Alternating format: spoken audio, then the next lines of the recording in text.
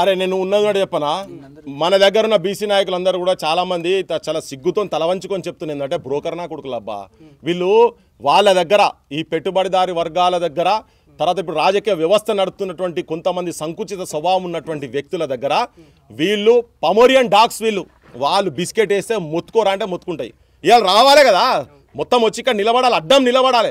ఇప్పుడు ఎమ్మెల్యేలు అయినరు, ఈ కులంకెళ్ళి ఉన్నటువంటి ఎమ్మెల్యేలు అయినరు కదా, వాళ్ళు కూడా వచ్చి ఇక్కడ అడ్డం నిలబడ, పార్టీలు పక్క కొడేసాయి, ఏ పార్టీ అని పక్క కొడేసాయి. బీసీలు కాదు ప్రతి ఒక్కరు. ఇలా సందీప్ రెడ్డి అంటే ఆల్రెడీ వాళ్ళ సామాజిక వర్గానికి సంబంధించినటువంటి వ్యక్తినే చంపిండు కదా ఇక్కడ. ఏం పేరు? విజయరెడ్డి. విజయారెడ్డి ఆయన పేరే విజయరెడ్డి. భర్తను ఒక్క నిమిషమే, భర్త పేరు విజయరెడ్డి.